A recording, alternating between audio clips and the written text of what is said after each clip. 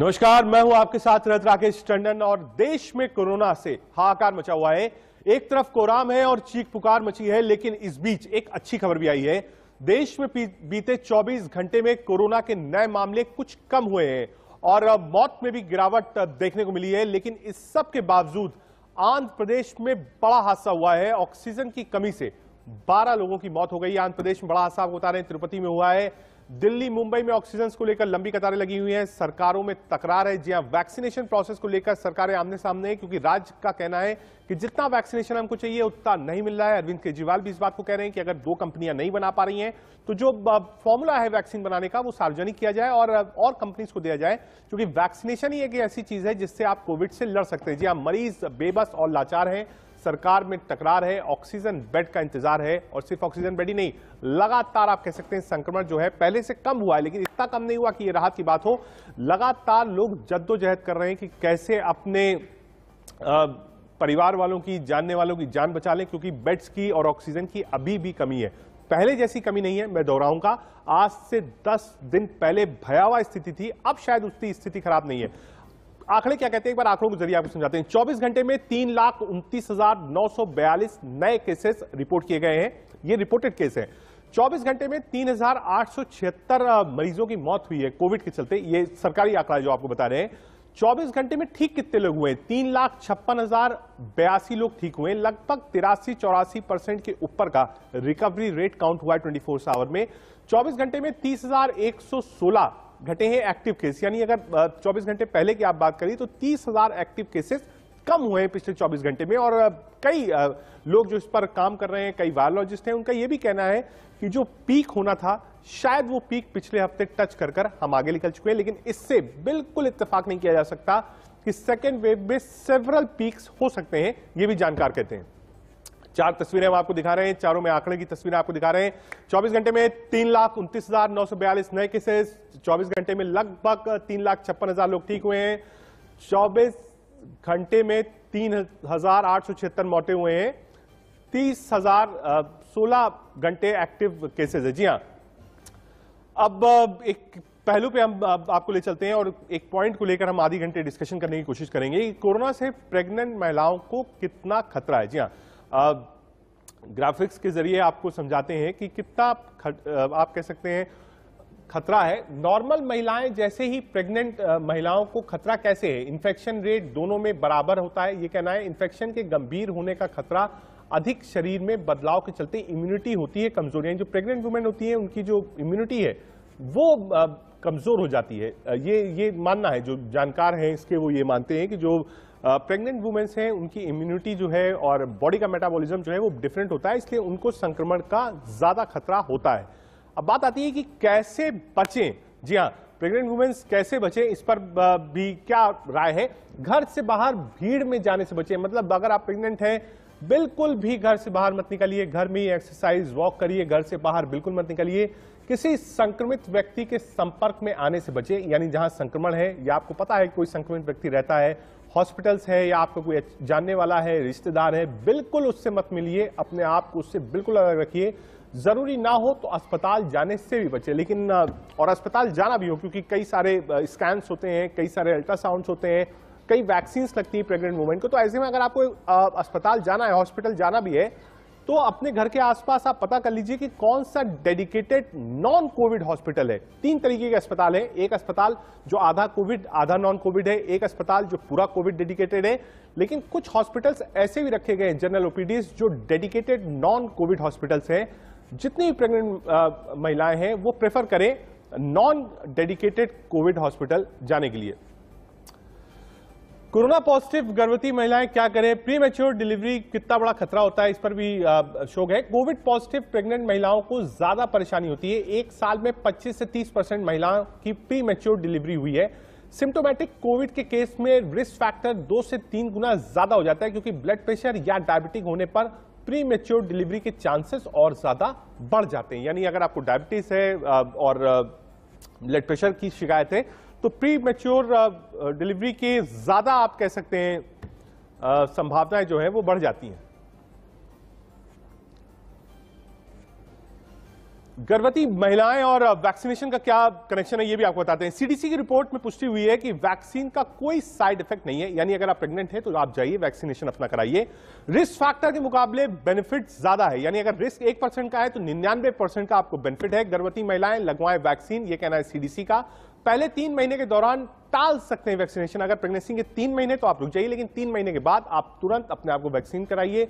जो भी vaccine available हो उसको तुरंत कराइए। बच्चों को दूध पिलाते वक्त की सावधानियां क्या है ये भी आपको बता रहे हैं। ब्रेस्ट फीडिंग से पहले और बाद में ब्रेस्ट की सफाई करें। सैनिटाइजर या बॉडी वॉश का इस्तेमाल करने की जरूरत नहीं है। कपाल का इस्तेमाल कर ब्रेस्ट को साफ कर सकती हैं। नवजात शिशु के संपर्क में बचने की कोशिश करें। कोरोना इन्फेक्शन से बचने के लिए खुद भी आप मास्क पहनिए। अगर आप घर में भी हैं तो भी आप मास्क पहन के रहिए। ये हम कुछ आपको आंकड़े बता रहे थे, जो रिपोर्ट्स हैं वो भी हैं। साक्षी गुप्ता, डॉक्टर साक्षी गुप्ता कार्डियोलॉजिस्ट हमसे जुड़ रही हैं, सीधे उनके पास चलते हैं। गायनोलॉजिस्ट हमारे साथ हैं डॉक्टर साक्षी गुप्ता। डॉक्टर साहब बहुत स्वागत है आपका। जहां एक तरफ जो डिस्कशंस वो चल रहे हैं इस वक्त, वो ज्यादा चल रहे हैं आप कह सकते हैं ब्लैक फंगस के, हैप्पी हाइपोसीमिया के। एक पहलू ये भी है कि जो प्रेग्नेंट वुमेन्स हैं, घर पर हैं, वो बहुत ज्यादा नर्वस हैं, क्योंकि उनके स्कैन्स होते हैं हर महीने, वैक्सीनेशन होती है, काफी टेस्ट होते हैं। ऐसे में उनको लगता है कि हम हॉस्पिटल तक जाएं ना जाएं, ऐसा ना हो हम संक्रमित हो जाए। क्या परहेज करना चाहिए प्रेग्नेंट वुमेन्स को इस समय पे?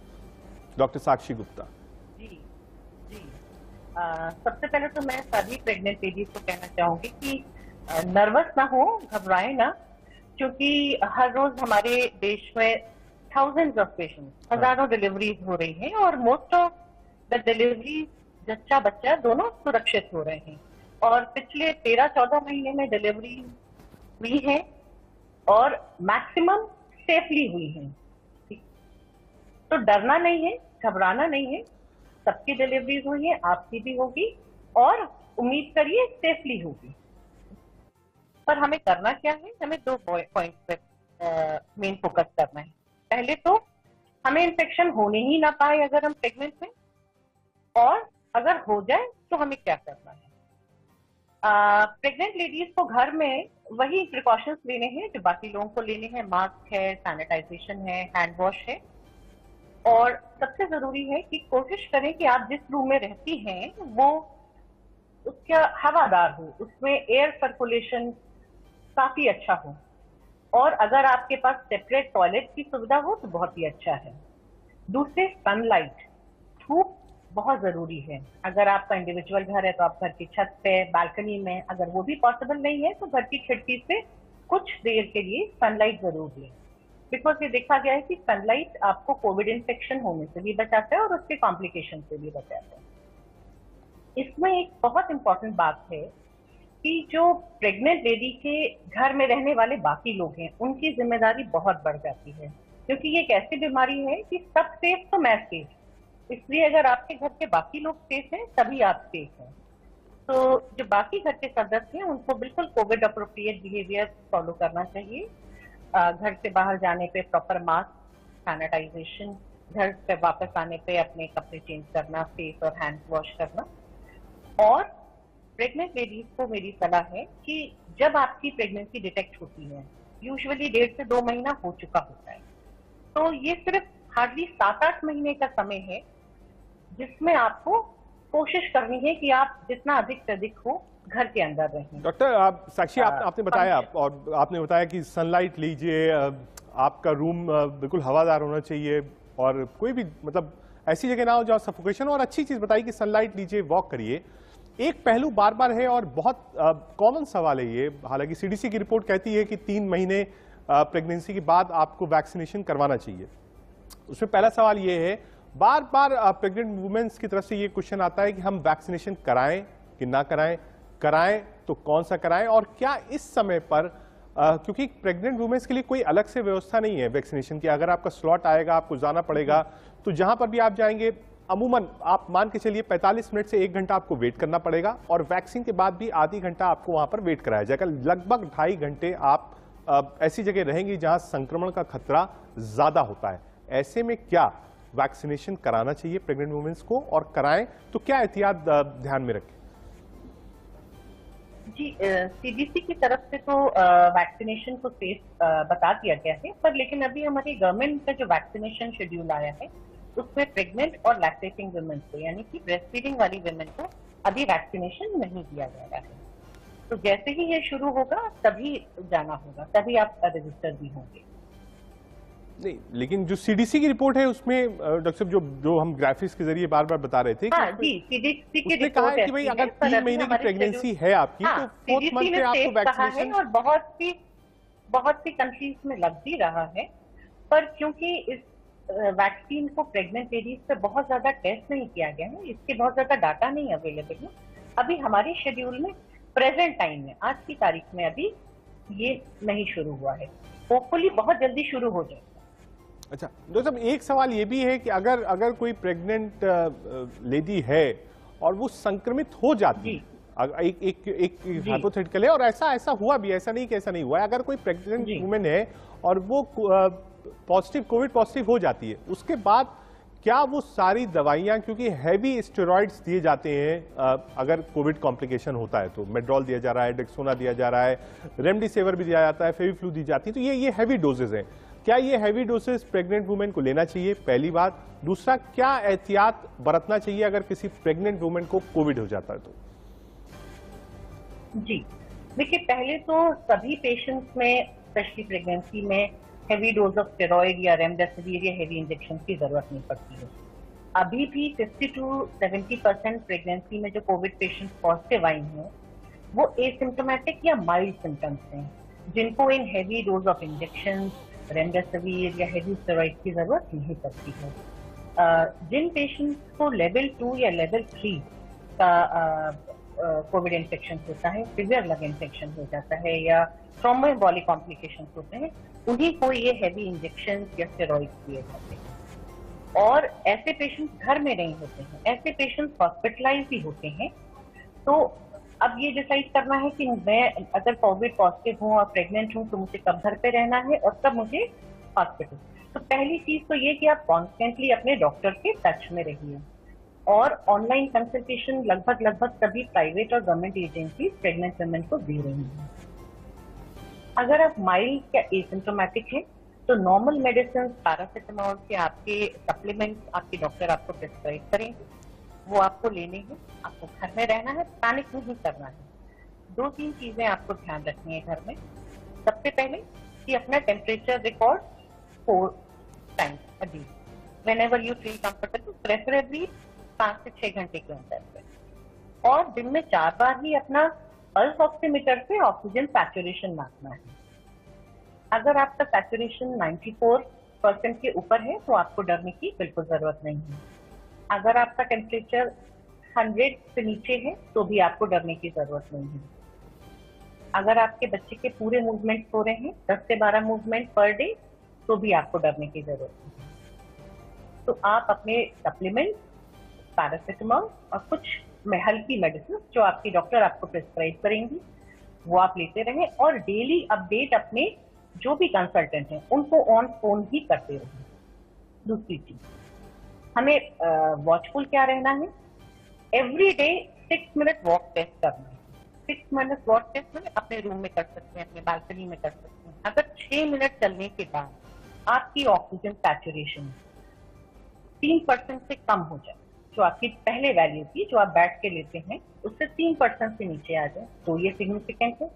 या आपको सांस लेने में कठिनाई हो रही है, आप बोलते समय एक सेंटेंस पूरा नहीं कर पा रहे, या आपको टेम्परेचर 100 से ऊपर बना हुआ है मेडिसिन लेने के बाद भी, या 7 दिन से ऊपर हो गए हैं लेकिन आपका टेम्परेचर नीचे नहीं आ रहा है, आपको यूरिन कम आ रहा है, और या आपको चेस्ट में सीवियर पेन फील हो रहा है, या आपको लगता है कि आपको मूवमेंट बच्चे के अपने कुछ कम फील कर रहे हैं, ऐसी सिचुएशंस में आप अपने डॉक्टर को तुरंत कंसल्ट करें ऑन फोन, और वो जैसा जरूरी समझेंगे आपको कॉल करके चेक करें। डॉक्टर साहब, एक सवाल और भी है, हालांकि स्टडी कहती है कि बराबर आपका खतरा होता है। जो नॉर्मल महिलाएं हैं और जो प्रेग्नेंट महिलाएं, क्या दोनों को बराबर संक्रमण का खतरा होता है, या इम्यूनिटी लेवल, मेटाबॉलिज्म लेवल के हिसाब से दोनों के खतरे अलग अलग होते हैं? डॉक्टर साक्षी गुप्ता।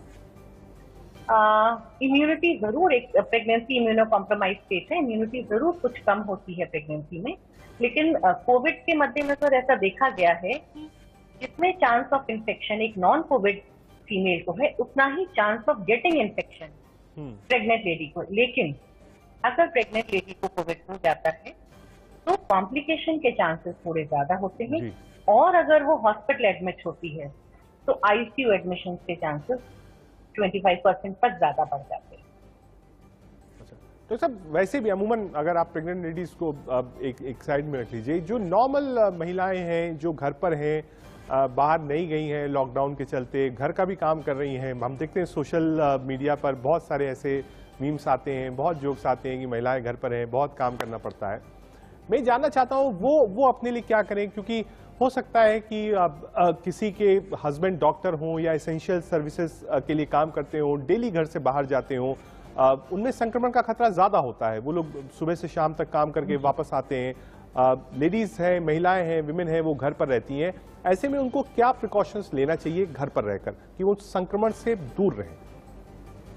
जी, ऐसे में जो लोग, उनके फैमिली मेंबर्स जो घर से बाहर जाते हैं काम करने, उनको अपना मास्क, सैनिटाइजेशन और हैंड वॉश का बहुत ध्यान रखना, क्योंकि अगर वो घर में इन्फेक्शन लेकर आएंगे, मे भी उनको सिम्टम्स ना हो, पर मे भी घर में दूसरे सदस्य को, फीमेल को या किसी बुजुर्ग को या प्रेग्नेंट लेडी को सिम्टम्स आने शुरू हो जाए।